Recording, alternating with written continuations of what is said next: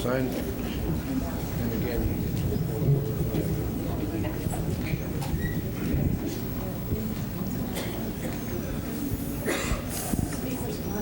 Okay.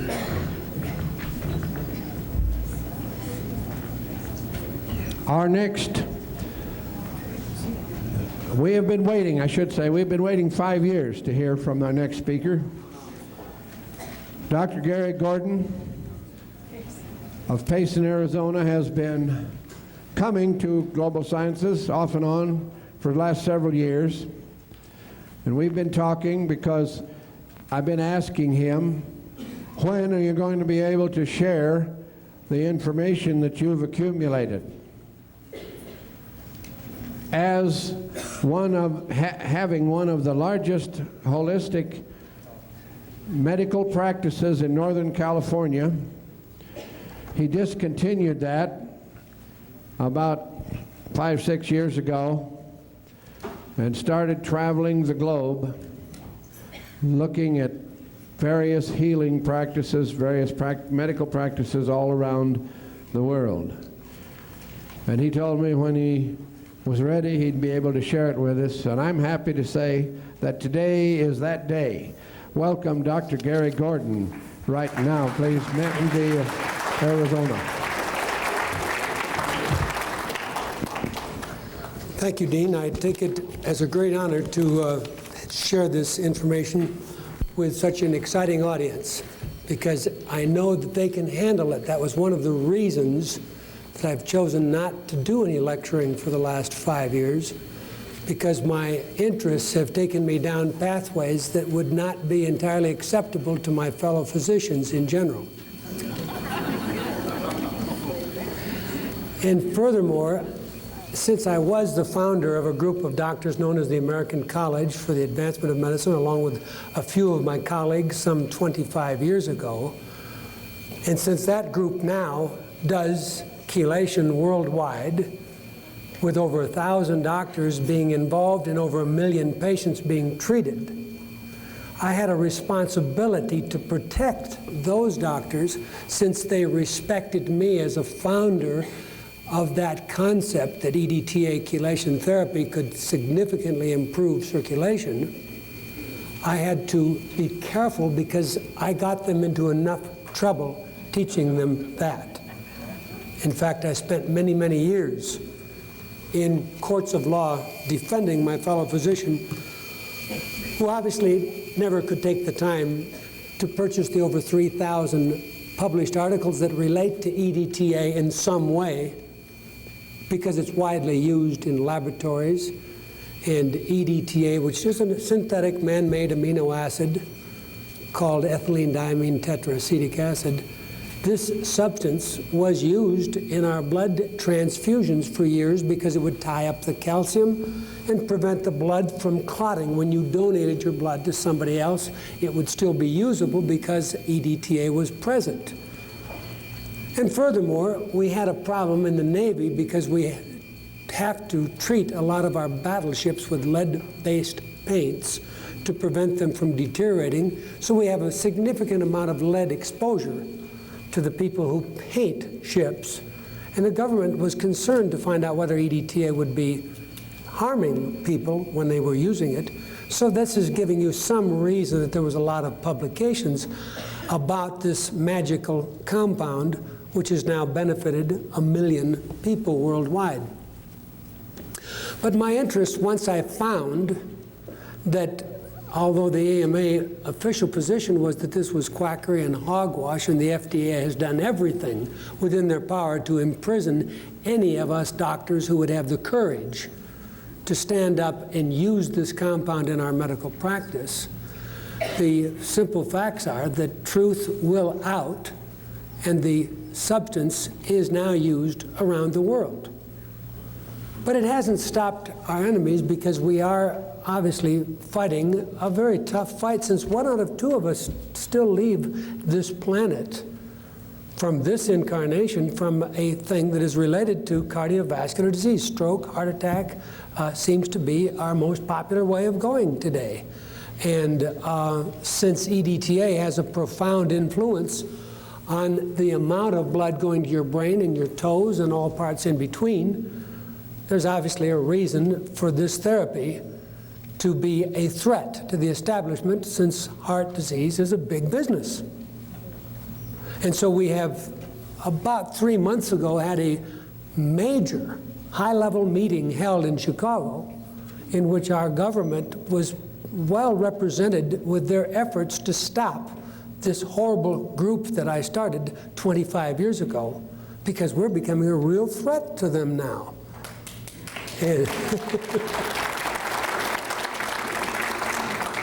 And so, of course, in Denver, in Colorado, we lost the license of Dr.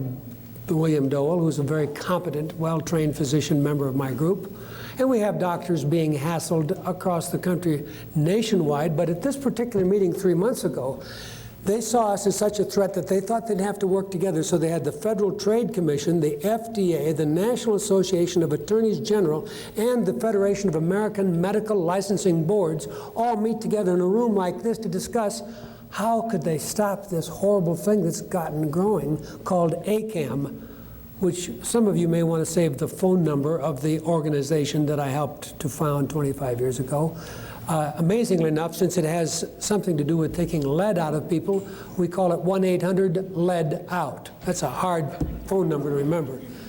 But it will put you in touch with doctors who have been shocked into learning that they were lied to by their organizations, their medical schools, their medical literature, because they were all told that this EDTA had to be horrible, couldn't possibly benefit people.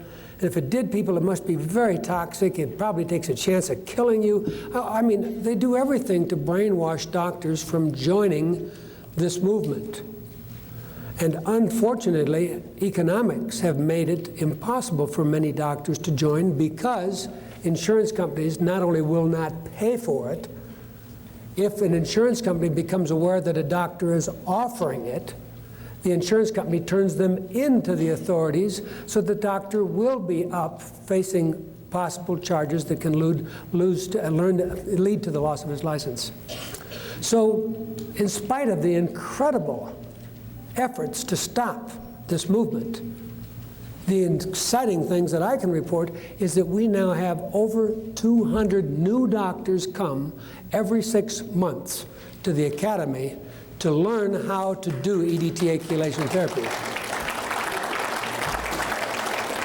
That's 400 new doctors a year who are told when they sit in the audience that they're taking this guy's license, and this guy just spent $200,000 defending himself, and this guy's in trouble, and they're told what they're facing, and they can't stomach the kind of ridiculous medicine they've been brainwashed into giving, and they are really bolting into the new medicine.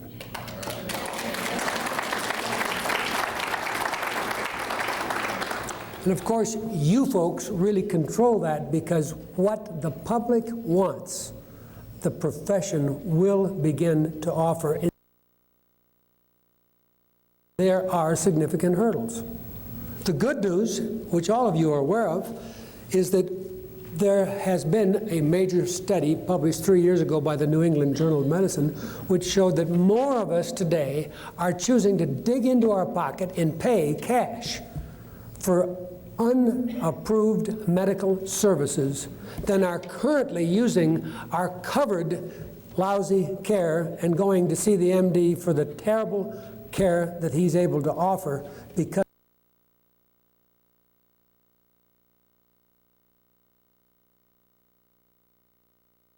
that FDA officials actually have admitted that they think it's important to seize and destroy herbs like saw palmetto, which can keep men from having prostate troubles, because they feel they have to protect the pharmaceutical company for the drug Proscar, which, when you read the side effects of this drug, in which if your wife is still of childbearing age, you can cause her to have a seriously malformed child, in addition to causing her potentially to have cancer by having intercourse with her if you're taking this drug.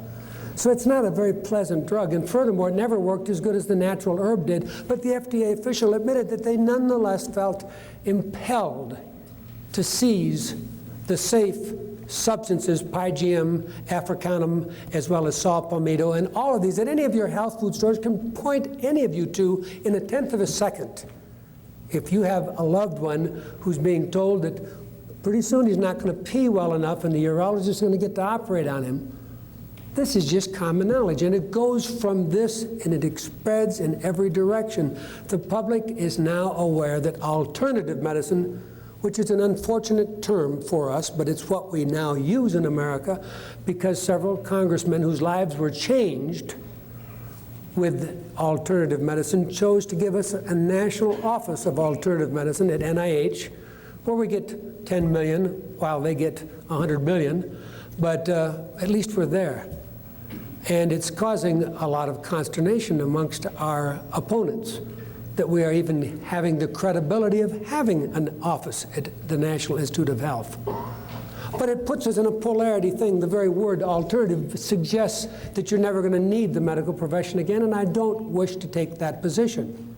In England, because of the difference in British English, the word complementary is immediately understood that it complements what your standard doctor is telling you, and that it is not a total conflict, and it doesn't have to be either or. I have success in seeing cancer patients who have chosen to take standard radiation, chemo, and surgery, which I, for my own body, might choose not to do because I have enough belief and confidence in what I have seen worldwide in what we can do with any kind of cancer, that even if I was to not be successful in the alternative treatment of a cancer that I might have or a loved one might have, I at least would be armed with enough information, which is easy for everybody to get today since we have America Online, Medline, computers.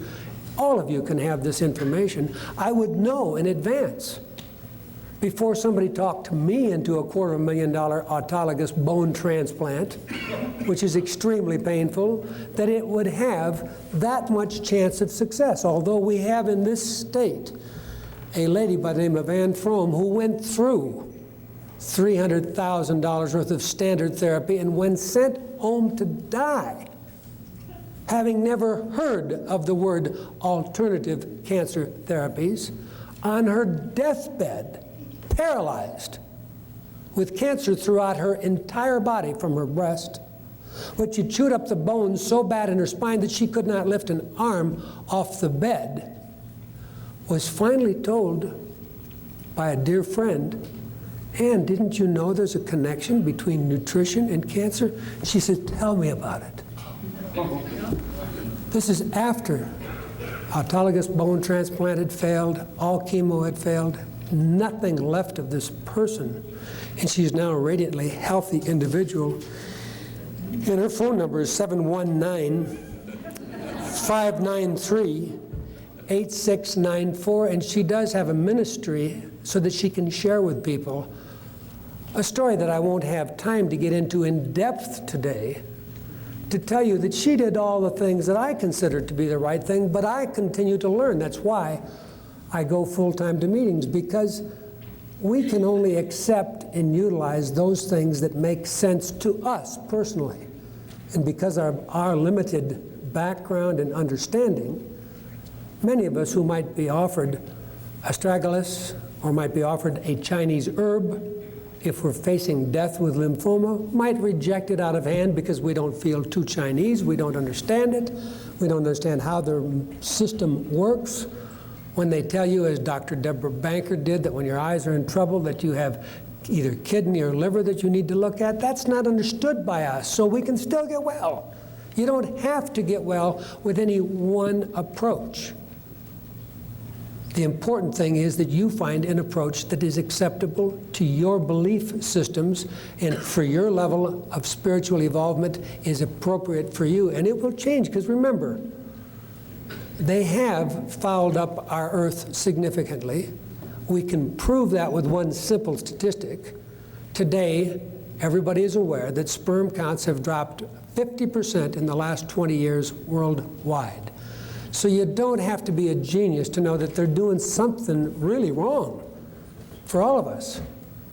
And that therefore, we could soon become to the point that cancer would become the most popular way of dying instead of cardiovascular disease, because we do have areas in China where more people die of cancer than die of cardiovascular disease.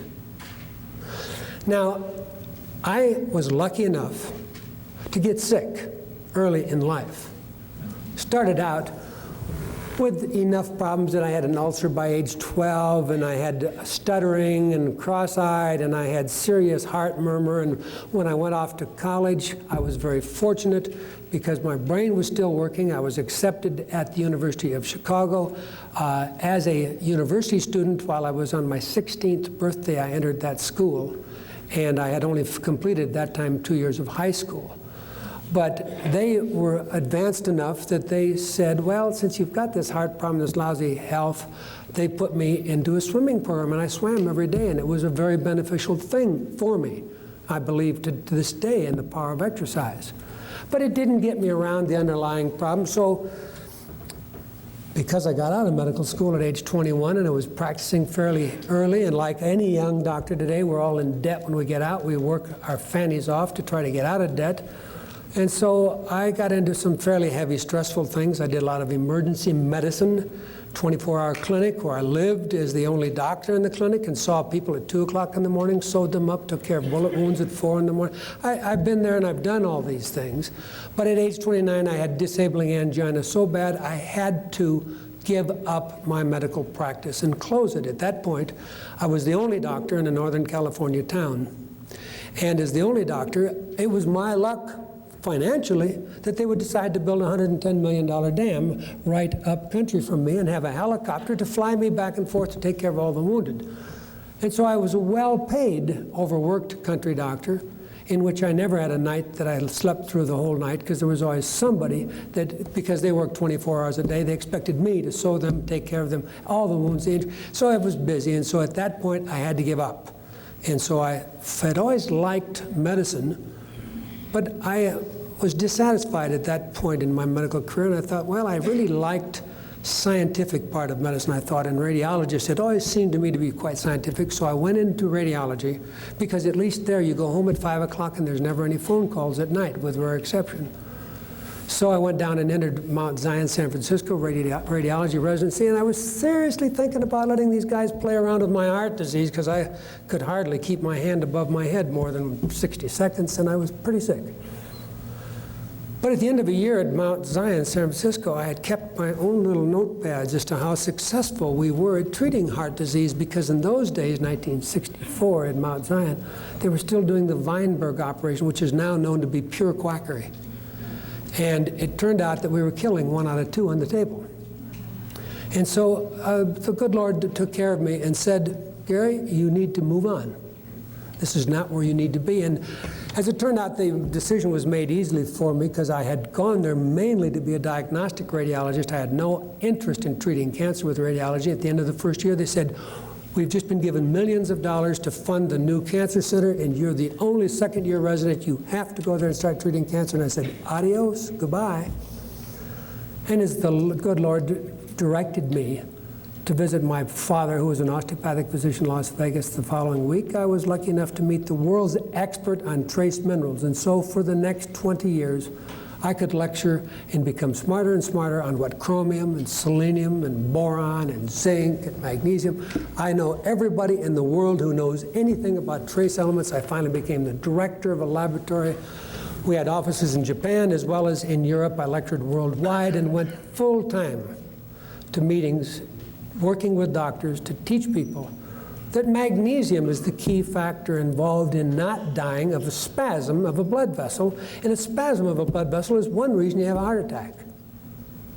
Turns out that this whole business of heart attacks is very confusing to folks, and I'm going to take a few seconds and try to make it understandable to you. If we look at the corpse or the mummies of the Egyptian mummies, we find that arteriosclerosis was widely present in those bodies. So hardening the arteries has existed for time immemorial.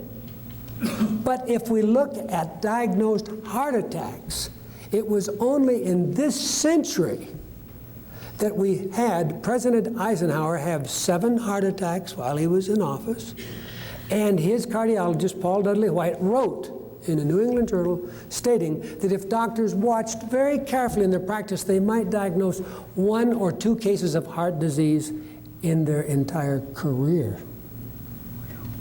So dropping dead like flies only became popular when we started to understand how to close off the blood supply suddenly with a spasm or a clot or having your heart go into an electrical fibrillation due to electrolyte disturbance, where you can become too acid, too alkaline, or lacking things like magnesium and calcium. So electrolytes, and those are the 3 reasons that we die. So I can tell people, and I've told this to my patients where I took on patients from all over Northern California. My clinic in Sacramento was 17,000 square feet. I had 60 employees. My overhead was $10,000 a day. And in that one center, we had our own health food restaurant, our own health food store. We had colonics, we had hyperbaric chambers, we had treadmills, we had thermography, we had an acupuncturist, we had chiropractor, we had a homeopathic physician on board, we had 2 full-time nutritionists, and I used 3 machines to test all of my patients on what is known as the electroacupoints, where you can find out from your liver, your spleen, your kidney, your nerve point, what is the right remedy for you. And that changed my life. But it didn't come easily. Because remember, I had still spent all that money and time, even though my father was an osteopath, and I went to an osteopathic school. In California, they got rid of the competition that osteopaths represented by turning us all into MDs.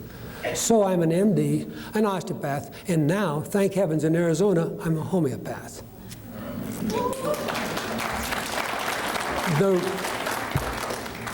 The reason I say thank heavens is because in Arizona, we have 65 of my friends who have such a license. They are doctors that were either MDs or DOs. And in Arizona, we're allowed to treat any disease with any modality we can get. That doesn't mean that I can get around the FDA, and if I have favorite remedies from Europe that I would love to give you, it doesn't mean that the Customs Authority are going to release the latest forms of acidophilus that I might want from overseas, or mistletoe that we routinely use in the treatments of all lymphomas, leukemias in Europe, which is approved by the German FDA for the treatment of cancer. So obviously, we still have to have friends who know how to fight back. And ACT UP teaches us that only by becoming politically active have they been able to get suppressed therapies for AIDS patients to their people. And unfortunately, cancer patients and heart disease patients have never become as politically active as the HIV population has. But they've taught us that the FDA does respond to political pressure. But going back to this story of what I have found, I found that things that I initially rejected out of hand, I was completely, when I had this physical therapist, she was a gifted healer.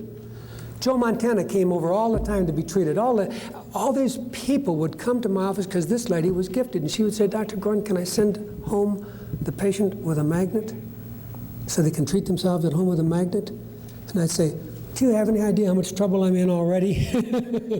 This is the state of California. And because computers identified my practice as what is called a practice non-standard, not usual, reasonable, and customary, all the insurance companies got together and blacklisted me nationwide so that no patient, even for standard treatment for a broken hip, would be reimbursed if they saw Dr. Gordon. So the net result was that I had to specialize in treating complex diseases, be it rheumatoid arthritis that was crippling, multiple sclerosis, lupus, or if it was scleroderma or cancer. And the net result is, since cancer is such a problem for people in America, I wound up with over half of my practice being patients who had a malignant disease. And that meant that they were willing to pay the kind of money it took to be a patient in a clinic that was trying heroically to save everybody's life. And that was what I wanted to prove to myself, is that if you did enough things that are all symbiotic, synergistic, working with the body, and stopped doing the things that killed you in the first place, that let you get the cancer or the heart disease, that it wouldn't be that difficult to help patients. And I have been able to confirm that, and that's the good news I can tell you, is there is virtually no disease, right down to the deathbed that I described with Anne Fromm, that is not able to be turned around if you still have the spark and the desire to win the fight. The problem is, how can we do it when we get so confused? Because somebody might be teaching you about the power, and Bob Beck, Dr. Beck is quite right in teaching us about the power that microelectric currents can have. It's documented throughout the world. I've used every kind of instrument. I bought every one of these things and used them. I had a patient, I was telling Dr. Beck this morning, that had a massive stroke and was absolutely moribund, pupils dilated, comatose. And I took a little machine, $7,000 one happened to be the quickest one I get in my hands, and I think possibly his machine would have done the same. I just put electric current from here to there. As soon as I turned it on, the patient was alive, talking to me. Turn it off, the patient is comatose. So there's a lot of power to electricity. I've become of the ability that I really now pay a lot of attention to the physics involved in health, which has made me open to Sherry Edwards, to light, sound, color. I'm really into all this, and that's made it difficult for me to talk to my fellow doctor, because I don't want to get them in more trouble anyhow. And secondly, I would lose a lot of credibility with my colleagues who absolutely would go through what I have gone through. I rejected out of hand, as all of us doctors are trained to do, things we don't know about. And so you, as you're working with your doctors, need to empower your doctors two ways. One, you, who are the only one that he may be seeing who's got this rare cancer, should take advantage of computerized studies. I send many of my people to the health resource, but you can get it off Medline. Anybody can go off on America Online, get Medline, and search and know instantly more than your doctor could possibly know about your disease, because us doctors have to study 1,000 different diseases. And you're the only one that's got esophageal carcinoma. You can soon know more, and you can walk in and say, hey, doc, you know, you thought the only treatment for me was surgery and or chemotherapy, and guess what? I found that there's a new form of interleukin they're using over in Europe, and they're doing this in Japan, and you suddenly are the authority. And then you can do another thing for your doctor, because understand that we know that the doctors are not all bad guys. They have been brainwashed, and they have economic pressures keeping them in the tight mold, and they have time pressures. So if you want to access some of the new things that I will try to touch on through your MD, like you might want the special cancer test that is available to anybody by dialing 1-800-9CA-TEST. It's called the AMAS blood test, and it works around 96% of the time. So I can tell anybody that if your AMAS blood test is above 135, you ought to be doing a little something to improve your body's immune system, because I don't happen to live in the school of belief that says every lump and bump needs to be excised by the surgeon or blasted out by the radiation. I have seen lumps and bumps go away, and you've all been exposed to a lot of exciting information in the time frame that you've been here, and I just want to amplify that it's all true. Tumors do go away. If you go to Japan, you would see Dr. Kochi, and he would do intravenous benzaldehyde, but that's a long way away. So if you went to Germany, we would have in Germany biological cancer clinics which are paid for by the German government, and the doctor doesn't have to go to jail if the patient gets well. It's astonishing.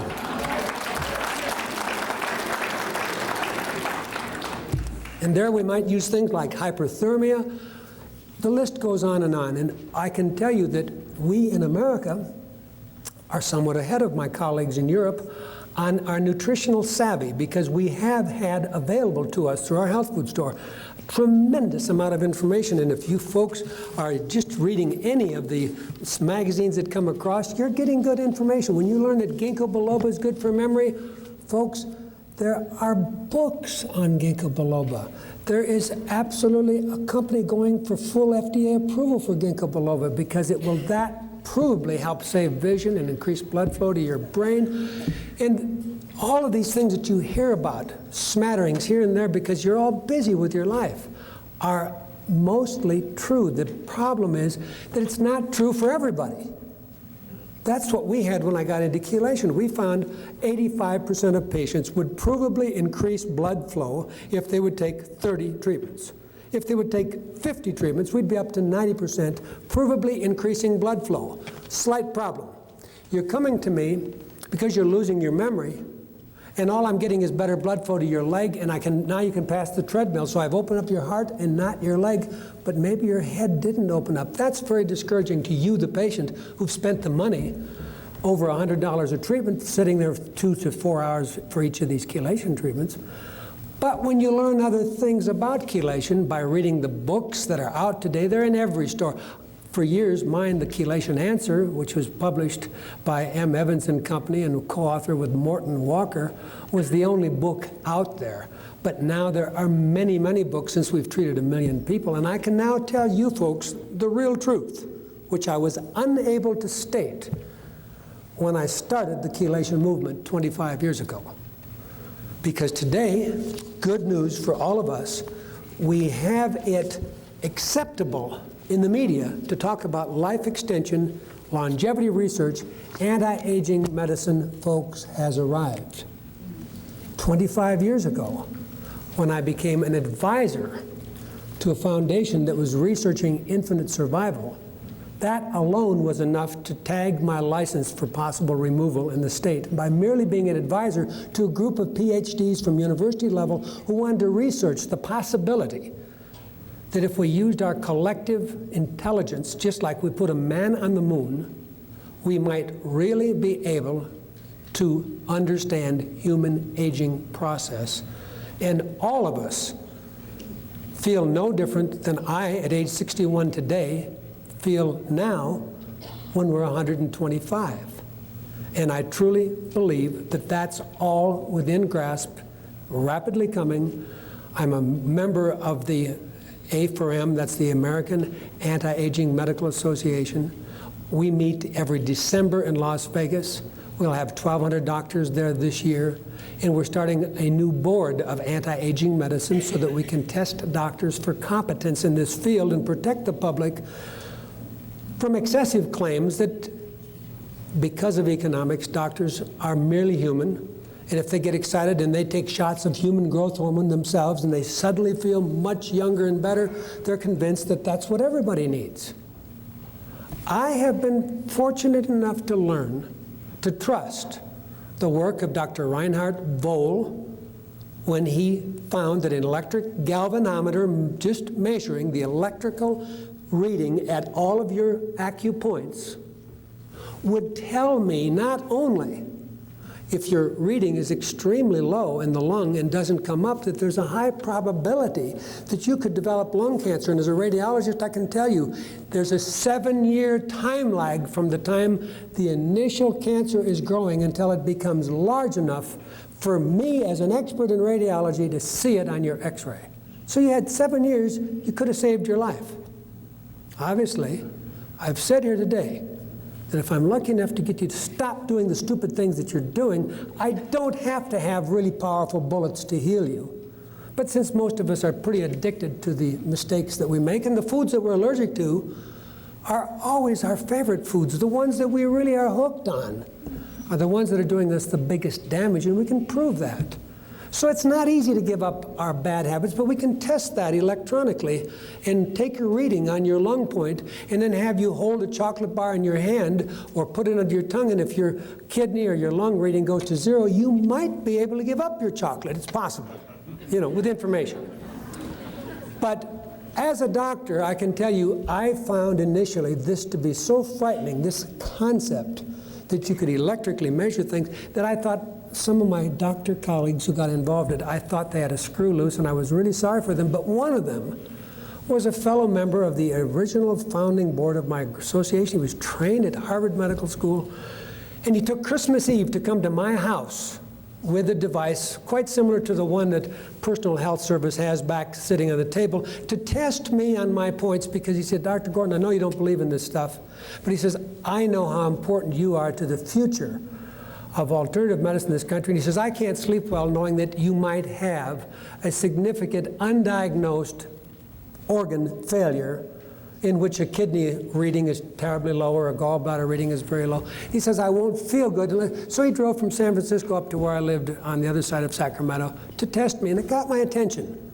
But I still said, maybe he's still touched in the head. But as time went by, I started to see that some of the patients that I was not helping, if they were lucky enough, because I wasn't smart enough, I'm not going to endorse a doctor I don't believe in, but some of my patients went up there and came back and said, hey, we saw your friend Dr. Tang up there in Harvard. He said to tell you thanks, et cetera. But he found out that we need carnivore, or we need hawthorn berry, or we need coenzyme Q, or we have high levels of fibrinogen, or we really need to get off the milk that we're allergic to. We'll never respond to the chelation as long as we keep taking every day huge quantities of a food we're deathly allergic to. And I started saying, wait a minute. Because some of these people started turning around when they were in that group that were not responding fast enough to make me happy. I got into this larger and larger entity because I wanted to find out, could I go from the 85% that were getting happy with just walking in and taking their chelation and going home, could I get up to the point that 100% were happy that the reason they came to my office had been taken care of? If it was a vision loss, if it was memory loss, if it was cold feet, if it was gangrene, if it was kidney failure, whatever it was, I wanted to know that we could focus that much healing energy into the body. And that was what I was able to learn from this incredible operation that I took on my shoulders. It didn't do me a lot of good. I wound up having as I told you, overhead of $10,000 a day, and amazingly enough, the good Lord saw to it that our income was $10,000 a day. So for the last 2 years of my life, I worked for essentially nothing. But at least I had an incredible education. And then one day, a judge saw fit to give me relief. He didn't agree with my position that I could withhold the rent from the landlord because the roof was leaking so badly, it was hurting our computers, et cetera. And because I withheld rent, he said, we're sorry, Dr. Gordon, you're out of practice, you're evicted. And the sheriff closed all the doors, and the next day 60 people hit the streets unemployed, and I had suddenly thousands of patients from around the world who had no doctor. But I saw it as a sign that maybe I was not to have to go through another fight with the medical board, because those fights are expensive. I had already sued my medical society once. That had cost me $150,000. I'd had to sue the medical board. That had cost me another $100,000. These things are trying and not much fun, although I won both of those fights, so I knew they wouldn't come back after me for minor violations. They would be looking for something big, but you know, they always found a reason to get Al Capone. They'll find some reason to give you trouble. And so it's impossible to live in this country and not be violating some of the wonderful regulations they put into place each day. So the good Lord saw to it that I have moved to Arizona. I have chosen not to get back into the heavy situation. I at this time have no employees, and I only do very limited private consulting for some of my old patients. I charge them $200 an hour on a phone consultation, and I can send them some information and push them in directions that I have the privilege of learning about these days. Obviously, one of the things that I want everybody to do is to be able to be empowered enough that they can keep themselves healthy and as far away from hospitals as humanly possible, which we all know have become extremely dangerous places to be.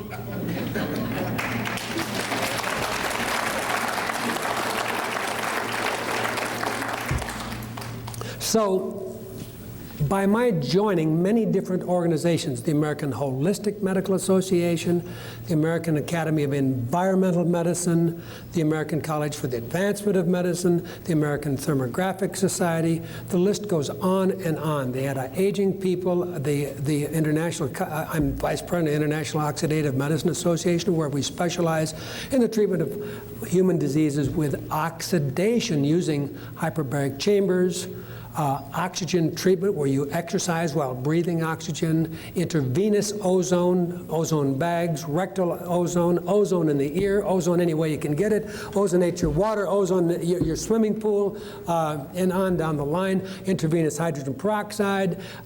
We really have found that although all of us have learned that there is a lot of merit to the free radical theory of aging, which says that we take antioxidants like the food best, all the bright green, thin orange and red colored foods. The brighter the color of the food, the more the carotenoids are present. And these carotenoids are part of what we now call the phytochemicals that, like the lutein and the zeaxanthin, that can keep you from going blind. So we know that these are best, and all of us want to do it quick in a pill because we're all in a hurry. And we don't really have a lot of time to get the proper food sometimes. So we are stuck with the fact that we get confused because we're told antioxidants taken daily seem to have a promising effect, although we haven't been able to get the bang for the buck with antioxidants on increasing lifespan of anything that we got with EDTA chelation therapy. EDTA chelation therapy, we take multicellular organism called a rotifer and we dip it in EDTA, and amazingly enough, they live 50% longer than rotifers have ever lived before. If we happen to use EGTA, they live 75% longer. If we look at other data about the life-prolonging aspects of EDTA chelation therapy, we find some miraculous things. For example, a doctor right outside of Zurich, Switzerland, was trained in epidemiology when he went into practice. And he started doing in his life's work a lot of keen observation. In Switzerland, you know, everybody who dies gets a careful autopsy, so you have good records to find out what happens. So he started looking at his patient population, and anybody who had complaints of fatigue, headaches, stomach aches, etc., he would sit there and say, let's see what would happen if I'd lower your level of lead in your body, since we know that the older you are, the higher the level of lead is in all of us, and it is all directly a result of the industrial age. We do not find the levels of lead in anything that existed before the industrial age, and it particularly came in when ethyl corporation started putting the lead in our gas. But at this simple study, what he did is he says, let's take and give you a few chelation treatments. He would give it intravenously, he'd give you 30 of them, and then he would just keep careful records because you were in a tiny town right outside of Zurich. And over the next 20 years, he found there was a 91% decrease in your dying from cancer if you'd had 30 chelation treatments. There was also an over 80% decrease in the likelihood of your dying of a heart attack or stroke. So that got interesting. But then we got into a different aspect of it. I really started focusing on the calcium story because it is accepted that as all cells age, they become more acid, more oxidized. Now, if your cells are acid, if they get too acid, the pH, if it goes too out of range, all enzymatic processes stop. So the body very wisely steals calcium out of your bones over your lifetime and deposits it in your cells to offset this acidity. So that now means that if I take out the blood vessel that leads out of your heart, called the aorta, from any dead 80-year-old person, the average will be 140 times more calcium than any 10-year-old child that happens to die. So you'll go from very little bit of calcium in your blood vessels to almost having blood vessels so solid you can see them on the X-ray, while the bones got weaker and weaker. So I thought I'd become an alchemist. The old alchemists simply wanted to turn lead into gold, but I thought it'd be more interesting to see what chelation is doing to this calcium content. And we could take biopsies of your skin and we could stain the fat right underneath your skin and see how much calcium was there. And amazingly enough, it's extremely heavy in all of us after we're 50 years of age, and it drops like a stone with each chelation therapy you take. So then the opposite side was much more exciting. We are all now hearing about the problem of osteoporosis, and we know you can do bone densitometry studies where you take the hip and you bombard it with a very special radiation test that tells us exactly how much calcium is in your hip and as well as in your lower spine. Wonderful news. The more chelation treatments. The doctors involved, who were my human subjects, because we brought the bone densitometer to a hotel and did this on all the doctors who were practicing chelation, the stronger their bones got.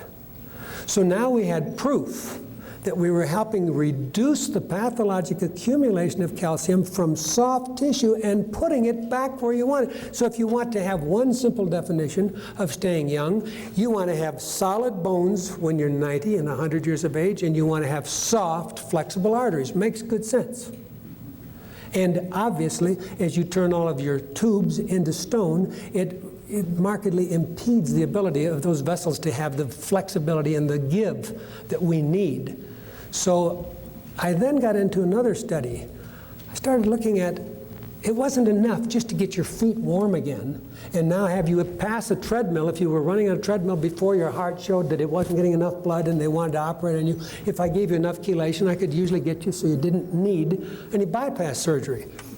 I got to the point, since I started treating patients whose bypass surgery failed and they were inoperable and couldn't be operated again, and I was successful at getting them back to swimming and playing tennis, I decided to take the bull by the horn, which I can't ask the average doctor to do because he doesn't have the experience that I do. And I wound up taking anybody. They could be in the hospital scheduled for a heart surgery the next morning. If they called me, I said, check out against medical advice. Come on over. You're taking the responsibility on your own self.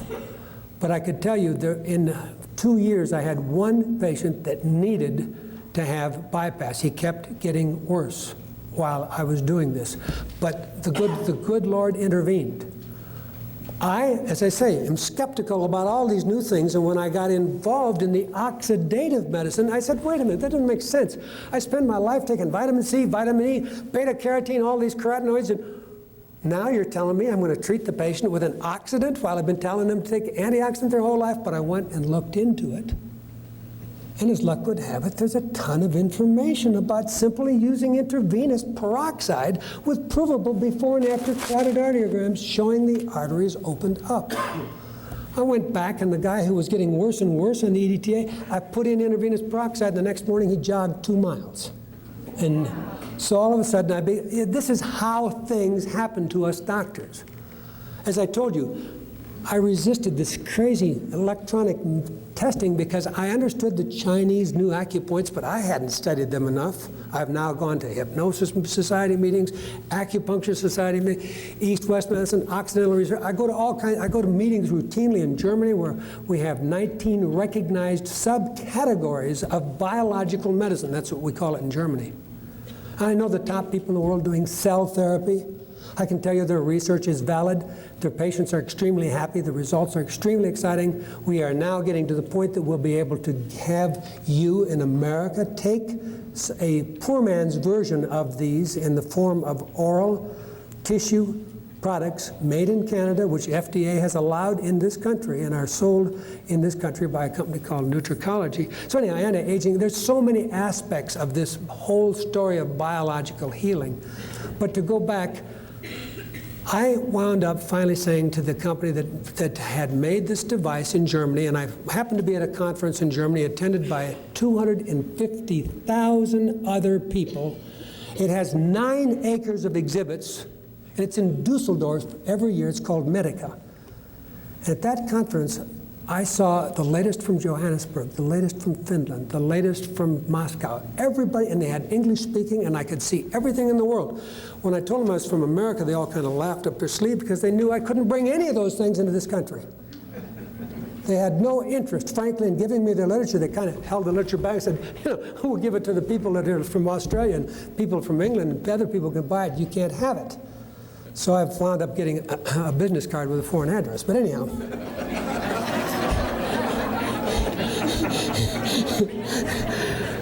Because information is the name of my game, and I had to collect this information. But when I saw at that meeting that there were a room filled with over 2,000 MDs being lectured to by Dr. Voll, who had come up with this idea that the Chinese knew there were acupoints, but he, being very Germanic and scientific, wanted to measure the acupoints. When I saw 2,000 MDs in a lecture hall sitting listening to this guy, I thought, maybe I am wrong about this. Maybe there's something to it. So I finally allowed one of those machines to be brought to my office. And the good Lord is looking over all this and deciding that that day they will send me a brand new patient, an 18-month-old baby, who's been under the University of California in Sacramento, Department of Neurophysiology, and they have been unable to get the seizures to stop. There's a seizure every 10 minutes, and there's no drug that will stop it. So because I go to a lot of meetings, this little device, which as I say is as simple as that little thing sitting on that table back there, it takes a little information, obviously, because I said to the mother, I said, well, was there anything unusual about the pregnancy? Nothing unusual. I said, well, where'd you live when you were pregnant? I was home with my folks. What do your folks do? They're almond farmers.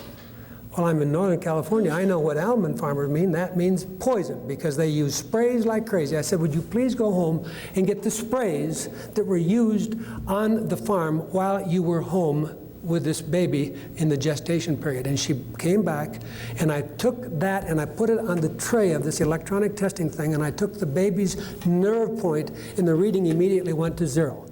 So that proved to me that the baby had been badly damaged by the chemicals that the mother had gotten into her body during the pregnancy.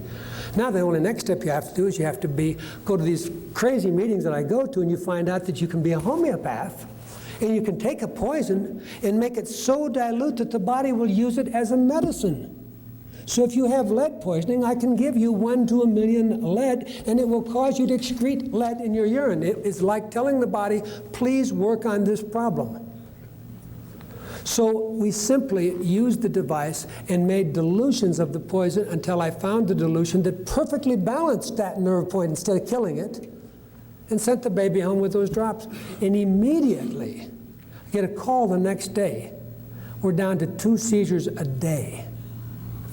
And that is when the university told the parents, we don't know what the hell Dr. Gordon's doing, but you better keep going back to him, because obviously we have nothing. And so it was that kind of thing that got me into realizing, and I as a doctor didn't have the time to become a technician, to sit there, and so that's when I ran an ad, asked for some people who were computer literate, interested in things like homeopathy and acupuncture. I wound up with 3 technicians in my office, and it got to the point with a staff of some 60 people, including 12 RNs, they would not give you an intravenous treatment unless you had been tested on the machine to be sure that everything was going to go in the vein was agreeable with you, because some of us will react bad to even B-complex. And the net result was that my nurses got lazy. They didn't want to have to pick you up off the floor when you had a reaction. So they said, please go and be tested in the machine before we start your IV. It's terrible how this totally changes the practice of medicine, because now, with this device, I can sit there, and if you have lung cancer, your reading will be low. Your readings are high when there's inflammation and toxicity and poisoning, but they'll be quite low. If I can go through my repertory of tricks, which is why I continue to go to meetings worldwide, and it could be Assaic, it could be carnivore, it could be mistletoe, it could be vitamin C, it could be anything, I don't care what. I'm not married to remedies. But if I can find something, I can treat you before and after with a microelectric current like Bob Beck's, or I can treat you with a magnetic over the acupuncture point, treat you with Dr. Sternholm's laser. I don't care what I use. If I can make those readings go back up to normal, I know that you are going to win your fight. And so that's just really a question of having enough arrows in my quiver, because sometimes you're hard on me. Sometimes the favorite remedies that worked for the last 10 patients don't work for you at all. And that's why it's been very exciting for me to see that there is enough information out there in this world that if we begin to empower ourselves, and it is my belief that finally all of us will have a medicine cabinet at home that has a magnet, like there's magnets Mr. Lorimer sells over there. Probably all of us will, if we can't afford, obviously, unless we have serious health problems, Dr. Sternholm's wonderful laser. We use lasers, and I can tell you his work is the only work in America that looks like what I routinely see if I'm at the meetings in Germany, because the top laser manufacturer in Germany is a good friend of mine, Dr. Dieter Josner. He sells to 67 countries. He sells 0 to USA. He says, why would I waste the time to fight with your archaic FDA and spend millions of dollars in a corrupt system? So it is really exciting to know that eventually Since we can't all afford that, we'll probably, some of us, be lucky enough to take advantage of Pam over there, Golden. She's got just a nice LED. And then not everybody can afford to use the fancy hyperthermia that we use when we really have serious disease. And I send you where we're going to raise the temperature of your prostate, which is an approved treatment, FDA approved. But I had to send people out of the country for the last 10 years for this treatment. But it is now, I believe, finally available in USA.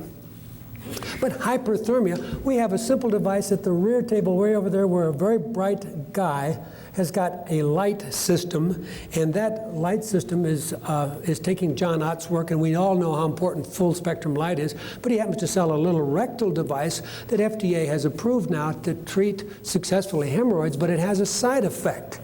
If you happen to be a male, right inside the rectum, there's going to be a prostate gland. And we know, published in New York Times a year ago from a big autopsy study done, published in the Journal of Pathology, that 1 out of 2 men at age 50 have cancer in their prostate gland. 40% of women at that age have cancer in their breast. Virtually every one of us at that age have cancer in our thyroid, but it's not a big deal. You're not going to die of it as long as you take good care of this wonderful biological system we've been given, because we keep our cancers in tow, and over our lifetime, provably, we kill many cancers.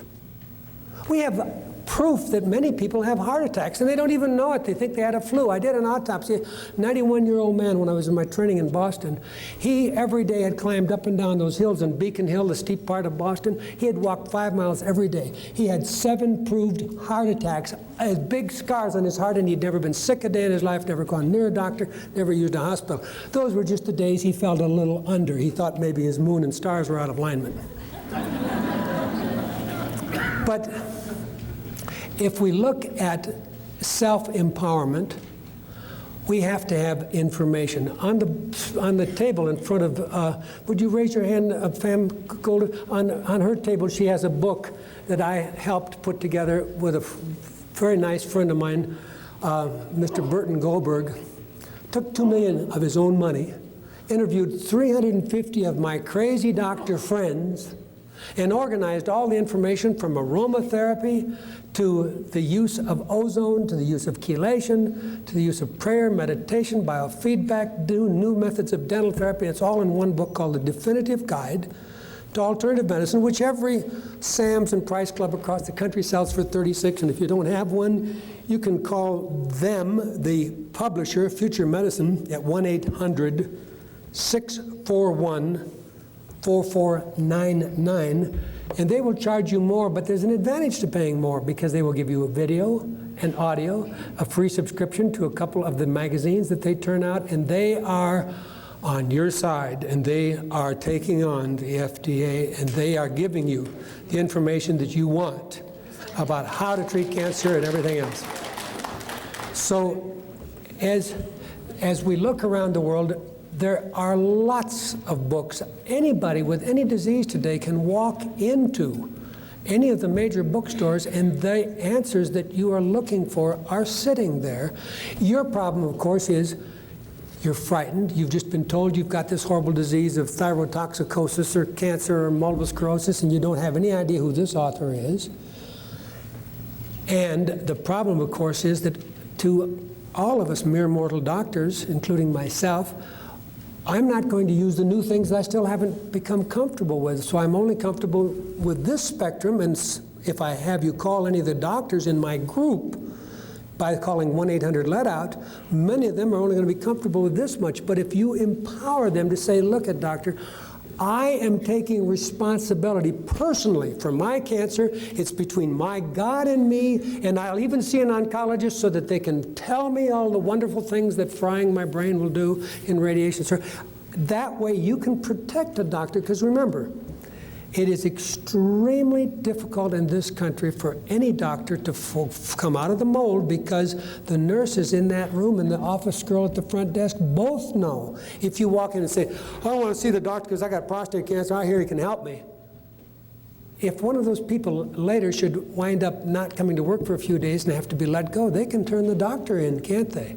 say that, so you've got to empower the doctor by saying, hey, I know you can't treat cancer. I'm taking responsibility for that, but I know you're into health, and I need to learn more about health. I understand that you know how to do a hair test to look for lead and mercury poisoning. I understand that you know how to send my stool in to Great Smoky Laboratories in Asheville, North Carolina to find out if I have parasites. That laboratory is not going to find all of them. We'd have to do a stool test every day for 30 days, and we would still miss some of you who have got hidden parasites. And if you were a $1 million racehorse, I just give you the remedy every 4 months because I have $1 million tied up in you. I'm not about to take a chance on some stupid laboratory finding the eggs to prove that the parasite's there. So I want you to know that there is a reason, amazingly enough, this electronic testing device, if I put the drug on there, that is a drug that your body couldn't possibly want, like Vermox, which is a very effective anti-parasite drug, or furoxone. If your body says, wow, do I like that drug, I don't spend $1,000 doing 30 different stool analyses on you and collecting feces and shipping it around the laboratories. I go ahead and give it to you, because I know that your body wouldn't be stupid enough to tell me that it wants a drug unless it's immediately made a decision and said, I see the benefit of this drug. And so it's really a fascinating way of empowering doctors to go to a whole new level of medical practice. But as we look at trying to get information in your hand, obviously if I have you use America Online, for those who are familiar with it, for those who are not, you can call a place like I mentioned, Health Resource, and the Health Resource is in Conway, Arkansas, and they will do a research for you, and they'll try to do the next step for you. They're going to try to look through some of the literature that's out there, because the alternative literature today is getting to be huge. And there are doctors who are doing good things right here in good old USA with some of these complex diseases, even though they have got their life on the line and their medical license on the line. And so, okay, I'm looking for it, and as soon as I find it, I'll put it on the tape. The Health Resource, as I say, is in Conway, Arkansas. The reason I use them is because the RN in charge of the place got rid of her own breast cancer using alternative methods, and she has been guided to do this research for people. She runs, I think a typical cancer run out is about $250. She gives you often something that's as thick as a phone book, which is more information than you may want, but that way she protects you and you find out how bad the standard treatment really is, and she clips and has started to have some of the information which we all need to finally have a service that can keep all the good magazines and all the good books so that you can have all of these choices at your fingertip, so that you can find that alternative approach that seems to be most acceptable to you. Like if you happen to live in San Diego, I have a lot of my friends go across the border to Tijuana, and there's 12 clinics that they take you on a tour. If you contact Cancer Control Society, they put on a meeting with this many attendees every Labor Day at the Pasadena Hilton, and they have people get up and say, here was my bones loaded with cancer, and I used this biofeedback with Bernie Siegel, or I did this with Dr. Larry LeSean or Gene Achterberg. These are people who are into the power of our brain, which can cure any of these illnesses. I have seen it. I belong to the National Institute for the Clinical Application of Behavioral Medicine. We have 1,200 doctors and psychologists, many of them university-based, many of whom are comfortably treating cancer without ever changing your diet or teaching you anything about how to get the lead out of your system, or how to start using enzymes, or how to start to change the negative factors, because they just straighten up the mess that's inside. And so I find that to be extremely interesting, that there is no one single road to this health that we're all in the process of trying to get. There's an encyclopedia of natural medicine that was put together by the naturopathic colleges. I am lucky in Phoenix, we have a Southwest College of Naturopathic Medicine, which is really good news for me as an MD, because it's been very frightening to consider having to take an MD and undo the damage that our medical education has done to us and try to reopen his mind after it's been closed by years and years of political pressure and all of this stuff that happens to us, whereas the naturopath is never allowed to use drugs, surgery, or radiation, and therefore he has to learn to work with your body. And so to me, the hope of the future, of course, is that we see the naturopathic profession growing rapidly. The John Bastyr College happens to be up in Seattle, and they put together the Natural Encyclopedia of Health Resources, and it lists in there the treatment of homeopathics, acupuncture points, tells you which are the herbs that you would use, which are the nutrients, which are the diet that you might want to consider. So it's this kind of information that we can then individualize by. Some of us will be lucky enough to have a member of our family who has some natural intuitive ability. Some people can do it with muscle testing, some can do it with pendulum. For me, I really fell in love with the point testing because it gave me more information than I was comfortable getting from merely muscle testing or pendulums, because I could do two things. I could test all the points on your various fingers and toes and have a pretty good idea initially of where the real weaknesses in your body are. And then just using these resources I'm telling you about, like the Encyclopedia of Natural Health, which is by, I can't come up with the name of the press right now. They're in Rockland, they're in Penryn. Prima, P-R-I-M-A Publishers, puts this out. It's in most health food stores. It's the size of a small telephone book. And again, it's like the definitive guide. It's a great place when you have a friend with asthma, or you've got a friend that's got crippling rheumatoid arthritis, and you want to know what are some of the things that the doctors who are doing this kind of work are reporting and finding working. These are easy places to find it. And then, if you are lucky enough to get one of your close friends, colleagues, kids, etc., who has a natural propensity to be able to look at a picture where we show you which point is the lung, which is your heart, which is your kidney, and then have you simply hold this probe against it. Once you have the reading and it's low, then you can say, well, I think vitamin C is what's going to keep me alive. You put vitamin C right then on the plate, and the vitamin C immediately, if it is the answer to you, gives you a nice 50, and you know that that's something you're going to take. If it doesn't change the reading, it simply means that you're going to get the standard benefits that we all get from taking a couple grams of vitamin C a day, but it's not a miracle bullet for you. But I can occasionally have somebody, I'll just put selenium on the tray, or vitamin A, boom, it takes it from a very seriously disturbed reading all the way up, and I know that there's a lot of power in that remedy for you, the person. I hope this makes sense to you, because it has single-handedly allowed me to be very comfortable in treating any disease, and it's my hope that we can get a tremendous number of people to get excited enough about using this information that we can do a lot of this at home with our friends, amongst ourselves, and take a lot of this out of the mainstream. We all have to keep our health insurance. Heaven knows if I get hit by a choo-choo train, please take me to the local emergency room. They know what they're doing. But for these degenerative diseases, I do not want to have that kind of treatment. I think that the other thing that I wanted to mention to everybody is that we have this group of doctors, and I've told you how to reach them, 1-800-LET-OUT, who all know me. And those doctors, if you empower them by saying, I know you can't treat XYZ, but I want your help, they can start offering for you some of these important tests that I started telling you about, like the stool test, because I kind of said, a parasite I can't totally diagnose there, but I can learn about dysbiosis. On your stool test, if you show lots of candida, lots of yeast, and none of the good bacteria, you're somebody who's going to have to not only clean out what's down there. I often will use an ozonated colonic to make it very uncomfortable for the wee beasties that are in your colon. And then immediately afterward, I don't care if I spend $15 your medicine, I'll take the most expensive liquid forms of acidophilus and I'll reimplant this back into the colon so that you are now growing what otherwise, when you swallow it, it gets largely inactivated, but there's value nonetheless to taking some form of acidophilus, particularly if it tests well for you electronically, but most of us have to take it every day. Just like many of us have to take enzymes every day, because many of us are not getting the value from the food that we eat.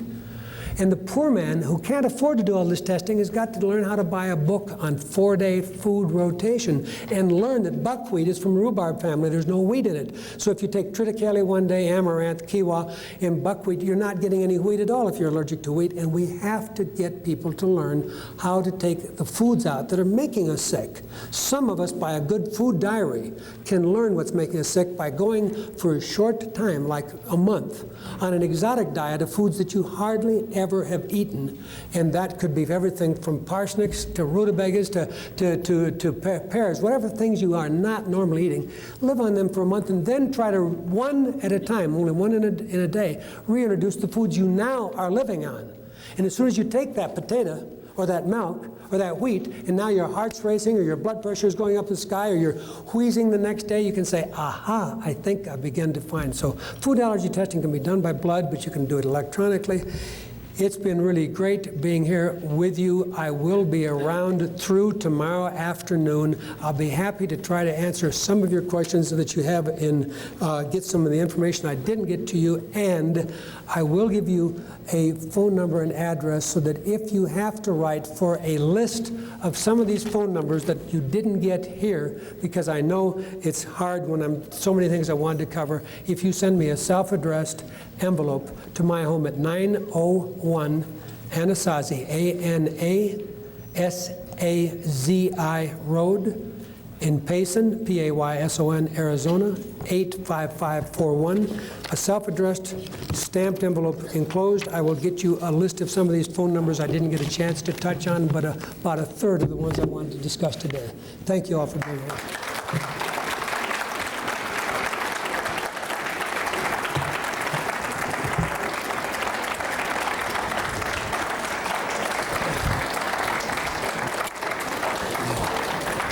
I know.